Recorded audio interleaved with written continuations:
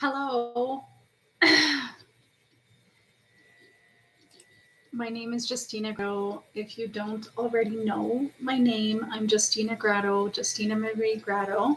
I'm sovereign Indigenous Canadian. I haven't been completely removed from the foster care orphanage system yet. I still struggle with day-to-day balance of academics, school, and reporting to the court. And I've just come to terms with the fact that I can't expect everybody to do the same because I'm combating and conflicting with free will. Now I just say my piece and I clear my consciousness for me to sleep better. And I know that people will continue to do whatever, and they have their own justifications and reasons, and I'm fine. Really, I'm fine. Okay. And I'm starting off this session with no through policy restriction, meaning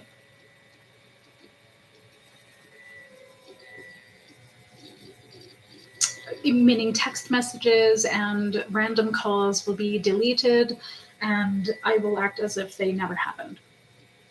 I don't care who it's from. Now that it's clear, internet fraud and scams fact sheet.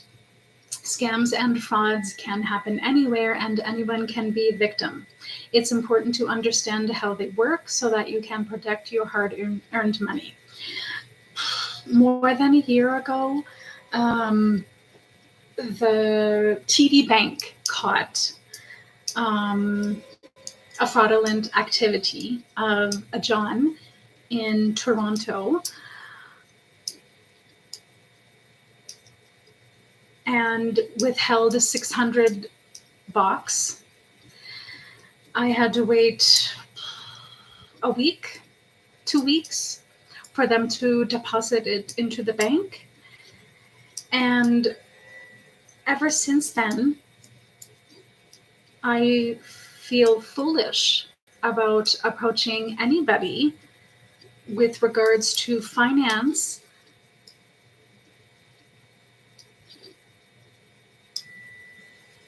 Even though I'm on my own, I've had to ask for help from the government because of repeated offenses and addictions.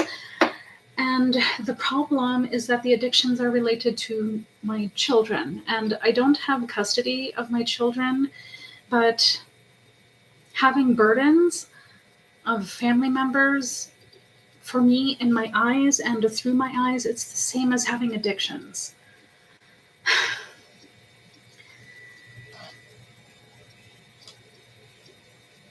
My mother, who no longer communicates with me because of differences of opinion and because of my staunch, abrupt stop and ending of exploitation, suffered a bunch of abuse from her brothers. They were ruthless.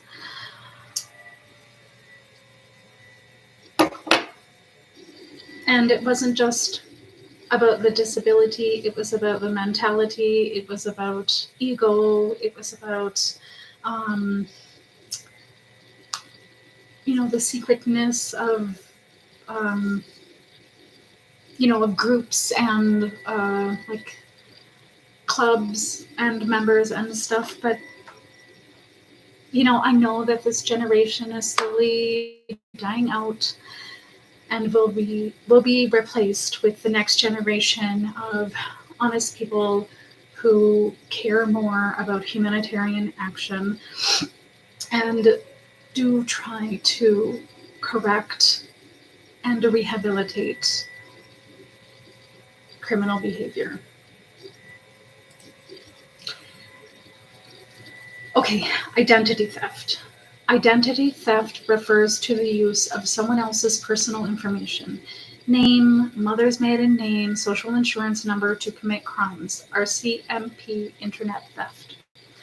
On January 8th, 2010, it became illegal to possess or use another person's identity information with the purpose of committing a crime or to use that information in a deceptive or dishonest manner.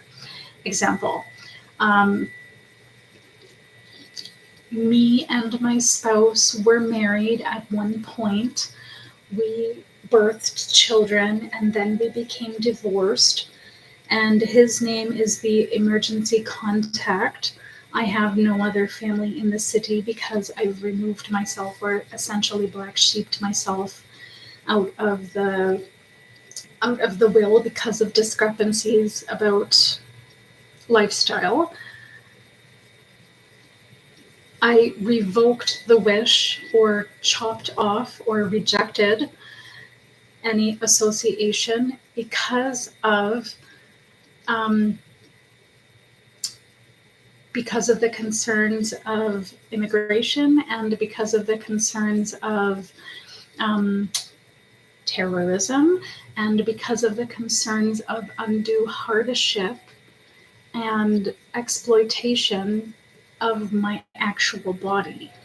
And when I'm under duress or being coerced to do anything because of the children, for me, it's an assault and offense because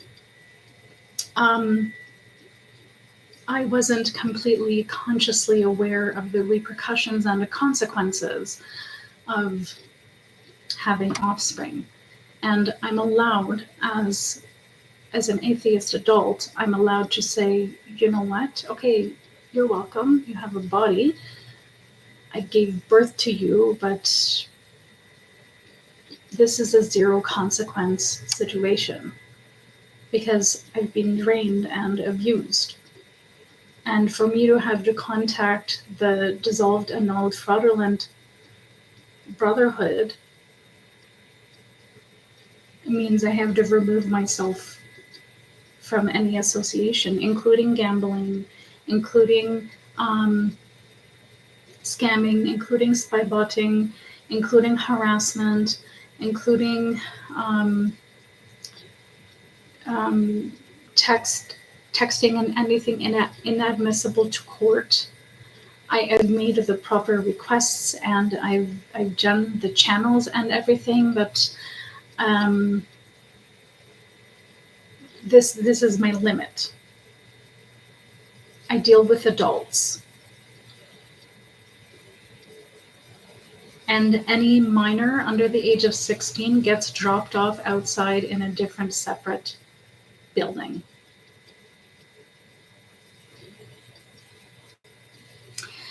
Identity fraud. Identity fraud is the act of using the identity of another person, living or dead, or inventing a fake identity to commit fraud. For example, applying for a credit card in the name of someone who is deceased. Okay. I suggest to my partner, you can register to save money to get a house. But I can't enforce whether they're registering or they don't register because I don't know anybody else's finances. And me being a free sovereign individual, every penny I make is mine to keep and to spend. I don't owe anybody anything. I mean, I have my debt with the government, but it's related to my diploma and eventually my bachelor's degree. I believe in education. I believe in justice correctional studies.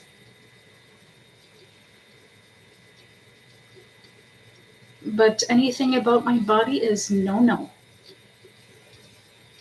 Debit and credit card fraud. Debit card fraud happens when a thief skims or swipes the information from the strip on the back of your card or from the chip to create a duplicate of your card. Now, I've been caught in the past making a joke about um, you know, clever people chipping themselves, but it's actually a defense mechanism. In Mexico, people who have fear of going missing and losing organs because of black market selling will actually intentionally chip themselves so that if the police have to put out a search on them, they can track them. And this is an extreme vulnerable situation. It's no fun to be tracked consistently by the government and by GPS and by location. But it's necessary for any person who's ever experienced actual exploitation of any part of the body, the mouth, the eyes, the ears, the uterus, the breasts, the feet, any part of the body which has been exploited means vulnerable victim.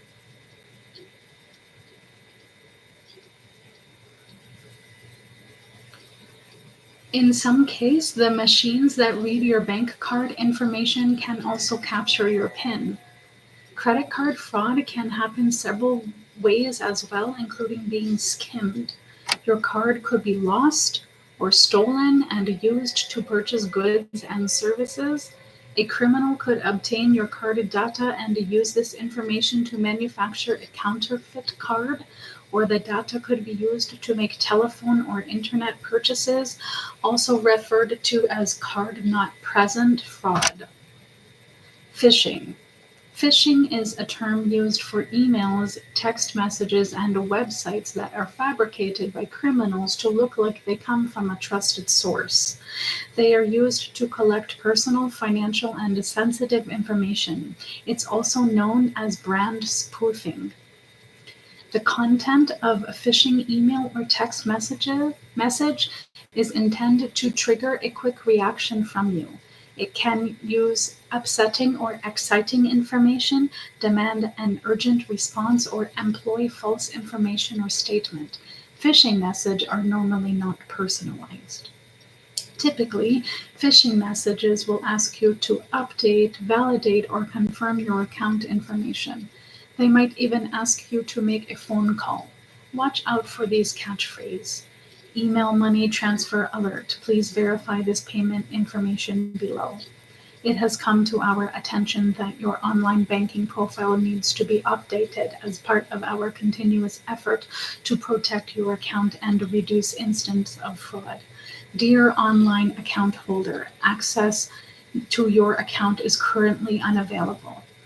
Important service announcement. You have one unread security message. We regret to inform you that we had to lock your bank account access. Call this number to restore your bank account. Often, the message or website includes official-looking logos and other identifying information taken directly from legitimate website. Government, financial institutions, and online payment services are common targets of brand spoofing. Advance fee fraud. Some companies will use mass marketing scams to provide loans to people.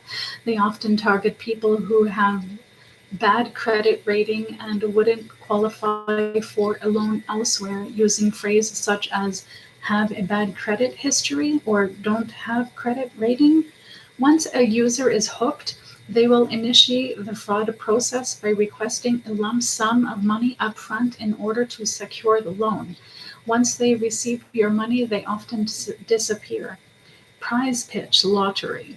A prize pitch scam is a mass marketing scam where victims will receive notification by mail, phone, or email indicating they have won a prize. However, in order to collect the prize, the victim is required to pay fees or tax in advance. Once the victim has provided the money, they may never hear from the organization again, or they will receive further requests for money. If you have won a prize in Canada, know that there are no fees or tax to be paid. Be sure to keep track of contests, draws, and lotteries that you enter. Also, challenge a caller who says you won a prize to tell you where and when you enter. Cash transfer. Scammers will often tell a sob story, which consists of a heartbreaking event followed by their need for emergency funding, at which point they will ask for a small donation from you, often via email transfer. To complete this transaction, they will require your bank name, address, telephone number, name of beneficiary, and your account numbers. The sender will often never be heard from again unless it is to request more money. Telemarketing fraud. Telemarketing fraud can happen in several ways. One common way is when a telemarketer calls your number and pretends to be offering you an exclusive deal, and once you are interested, they will ask for your credit card information. They may also request that you make a charitable donation for disaster relief efforts, sometimes by claiming they are affiliated with the Red Cross or UNICEF. Do not be afraid to request further documentation and answers about the company group to verify their validity. Online shopping fraud. People can buy or sell almost anything over the internet. Unfortunately, criminals can use the anonymity of the internet to steal from unsuspecting buyers and sellers. For example, scammers may sell a product, often at a very cheap price, just so they can steal your payment card, or personal information. They may also take your money and send you a worthless item, or sometimes nothing at all. Online auction fraud. Online auction sites are virtual flea markets that present new or used items that you can bid on. Online auction scams can include the false representation of an item, non-delivery of goods and services, as well as non-payment for goods delivered. Online auctions can be rigged by scammers who will often use dummy bidders. This is seen when you are selling a product and the scammer can enter a low bid followed by a very high bid under another name. Just before the auction close, the scammer withdraws the higher bid and the low bid wins. What you can do. Youth. Most online shopping sites will contain a step-by-step procedure to illustrate safe payment methods. Look for it and be sure to use it. If you do not find it on the website, be sure to check out the website's credibility at Canadian Anti-Fraud Centre. Make sure the web page you are using is official and trust. Always check your bank statements to ensure that all the spending that is being done on your card is being done by you and nothing else. If you have doubts about an organization, contact the Better Business Bureau. Be watchful of contests that offer highly valued items at a significantly low price. Be wary of contests that only offer the prize for a couple of hours. Contact the Canadian Anti-Fraud Centre to verify the credibility of organizations. Here are some helpful tips for youth and adults to stay safe and protect their hard-earned money or identity or status. Use strong passwords. Use a combination of capital letters, lowercase, special character, and numbers. This method makes it difficult for people to figure out your password. Change your passwords frequently. Secure your computer. Activate your antivirus and block spyware software to ensure safe connection. Be social media savvy. Keep your social media profile on private and don't provide any information that is not required. Secure your mobile device. Your cell phone, laptop, and a tablet can be vulnerable to virus and hackers. Only download applications from trust source. Install the latest operation system. Always download and install the latest version of available software, as it is much safe and less convenient for hackers, as it fixes bugs that allow hackers access or no access. Protect your data. Use encryption, protective security for your sensitive file, and back up all your important documents. Secure your wireless network. Lock your home Wi-Fi and avoid conducting financial transactions on these networks. Protect your e-identity. Don't give out your private information on the internet. If you suspect that you or someone else is a victim of identity theft or fraud, or if you unwillingly provide personal information on financial information, make sure to: step 1, contact your local police force and file a report. Step 2, contact your bank, financial institution, and credit card company. Step 3, contact the 2 national credit bureaus and place a fraud alert on your credit report or flag. Equifax Canada, TransUnion Canada. Always report identity theft and fraud. Contact the Canadian Anti-Fraud Centre. I hope this information was helpful. Unfortunately, I learned the difficult way. I'm no better and I'm no different than anybody else. But thankfully, daily I intervene on myself and I catch shenanigans and I catch the algorithm of math and I manage. Unfortunately, I have to be more restrictive about where, how, and the ways I spend my money. And any gift I give out is completely free.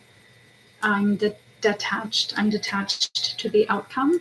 I hope everyone enjoys whatever they are receiving, but I've stopped expecting because I recognize that it burdens people. I'd rather just if I give anything, it's free, and I'm happy to do so. And if I have nothing to give, I have nothing to give.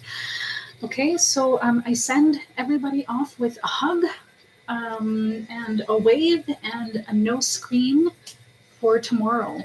Take care and do protect your identity. Bye now.